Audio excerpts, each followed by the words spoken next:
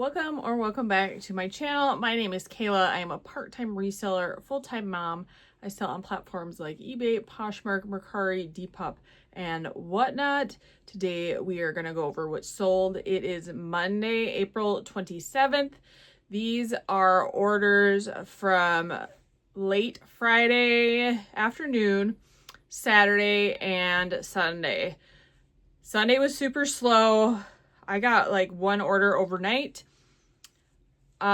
Saturday I sold a few items on eBay, and Friday I sold a few items on Poshmark. I have 3 eBay orders and 5 Poshmark orders to ship out. So not a ton, but I have one pretty good sale in there, and the rest are good bread and butter pieces, as they call it.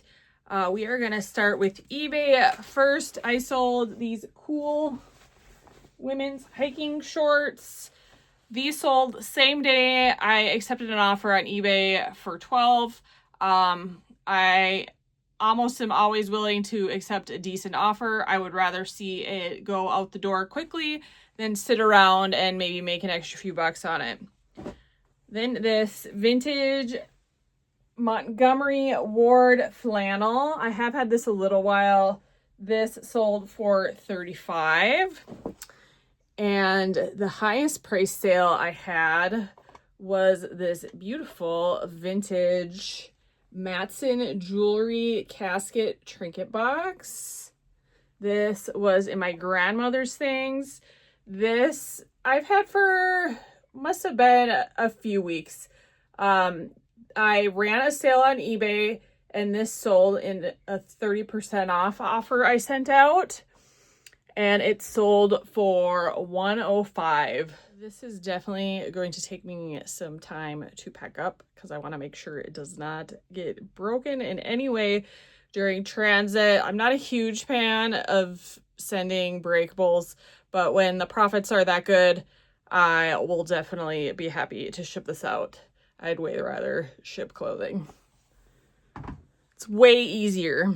Now on to Poshmark. These were all sold on either an offer from the buyer, me sending offers out. I send out offers every Friday at 30% off, sometimes 40, and maybe even sometimes 50. I also automatically send 10% off offers when someone likes an item. And after, I think it's a week, they will send out 20% off offers. I use Prime Lister to send out all my offers to my likers, as well as share my closet in Poshmark. First, these J. Jill jeans sold. J. Jill denim, I feel like, does better than most other J. Jill items. I do pick up J. Jill if I can get it at a good price. But their jeans tend to sell faster than like a top usually does for me. These sold for $15. Then I sold this Eileen Fisher. Eileen Fisher tends to sit quite a while for me. I do like to pick it up if I can get it at a good price, because sometimes their pieces can sell for a good amount. This is a linen sweater. This ended up selling for $25. This Skims top, plus size, I think it was, what, a 4X. This sold for $18. Skims, I don't think sells for what it used to either, but if I could get it for a few bucks, I'll usually pick it up. This Bowden top sold for $12. I believe I sent either 30 or 40% off offer for this one. That's how I sold that one. And then I think this is one of my standard 20% off offers, was this polo Big Pony Ralph Lauren polo shirt. This sold for $22. This actually had quite a bit of attention on it, but did take a few weeks to sell. Since I didn't have a ton of orders to ship out, I am going to talk about a bale that I picked up a few weeks ago. I purchased an 800-pound bale of pre-owned clothing. Now, it wasn't just clothing. There were other things in it. To my understanding, It is excess from thrift stores or just anything that they don't want. So anything, they call it cloth. So there were lots of socks in there. There was fabric in there. Obviously that was all like garbage for me. There were also some purses in there. I did find some shoes, even some good purses and shoes. I actually brought most of the purses to Plato's Closet and they took most of them. So I wanted to do this just as another form of thrifting, really, at a low cost of goods. I personally don't have a bins close to me, a Goodwill bins, Goodwill outlet. The closest one to me is 2.5 hours away, and it's just not feasible for me to go there too often. So I don't have a ton of opportunity to thrift items at a super cheap cost. So this bale was a good opportunity for me to get very low cost of goods, which is why I looked into doing it. Now, I actually stumbled upon the place I got it from just a little Google search. I had seen a Facebook ad for this type of bale advertised, but it was a place out of Chicago, I believe. And of course that would have to be shipped to me. So I asked for a shipping quote. They quoted me over $400 just to ship it out. And per pound, it was 50 cents a pound. So that would have cost me over $500. And I said, I wonder if there is a better option closer to me. And sure enough, I did find one. And we got a quote for 18 cents a pound. So this 800 bale only cost me $131. And it is a lot of work to go through these bales. I estimated it took between 7 and 8 hours. It took me probably 3 days of like 2-hour increments going through it. I did find some great stuff to list. I found lots of stuff that I sold over on Whatnot, and that was kind of my plan for anything I didn't want to list. I wanted to do maybe dollar starts on Whatnot. So that is what I did. I pulled lots of stuff out to take to buy some trade stores as well. Sorted out kids stuff, sorted out anything Plato's Closet would want. There were a lot of sweaters in there, which I am going to save for next season. I think I'm going to try to do a Whatnot show as well as bring a lot of that to buy sell trade stores just for a quick clip. So it took me 1 week to make my money back. Obviously that's not including like gas spent or anything picking up this bale. That's just the cost of the bale. It took me 2 weeks to double my money. And I believe in 3 weeks, which will be this coming Wednesday, I will have tripled my money by then. So to me, that feels like success.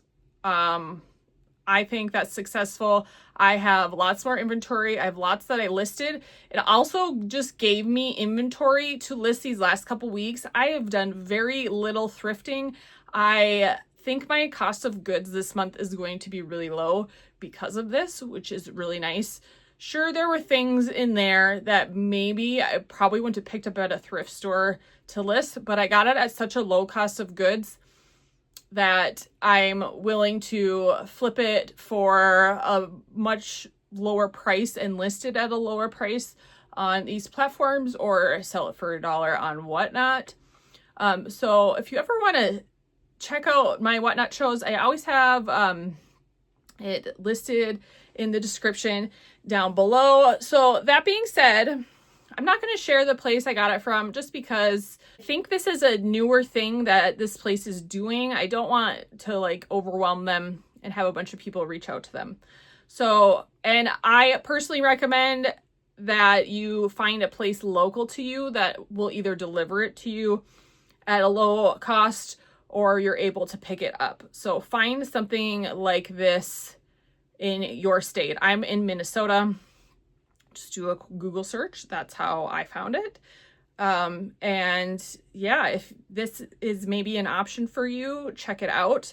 But yes, just be prepared. You're going to have a lot of rejects. I would say about half of what I got was rejected. I don't know if that's exactly it, but there was lots of junk in there, you know, lots of stained, junky, overworn items, lots of things that also had like the brand tags cut out. So kind of hard to sell stuff like that, honestly, unless you know what it is. So will I be trying it again? Yes. They had said they also offer a cart service where they will bring you things and then they'll take back whatever you rejected and don't want, because they actually ship everything else overseas. So they're still making money off the things that you decided you didn't want. So I do plan to get another one. You know, could it be better than this? Yes. Could it be more junk than I got in my first one? Yes. Definitely is a gamble, but I think it is a calculated, worth it gamble. And I think if you get it at a really low cost of goods, which I feel like I did, $131 is a pretty low risk in this business. And personally for me, it's a risk I'm willing to take. So I got 800 pounds. There definitely are ones 1,000 pounds or more. So I think the next one I get, we'll see if it's more than that. But yeah, I plan to get another one. Hopefully I'm setting up one for next week. I'm excited. It's kind of nice to have inventory just sitting at your house. You don't really have to go anywhere. And if you think about it, it probably saves you some sourcing time. It saves you money in gas, and just you can't beat that low of a cost of goods. So I'm excited to get my next one. If you haven't subscribed or thumbs up this video, please do so. Thanks for making it all the way to the end of this video if you have. Thanks for watching, and I hope to see you in the next one.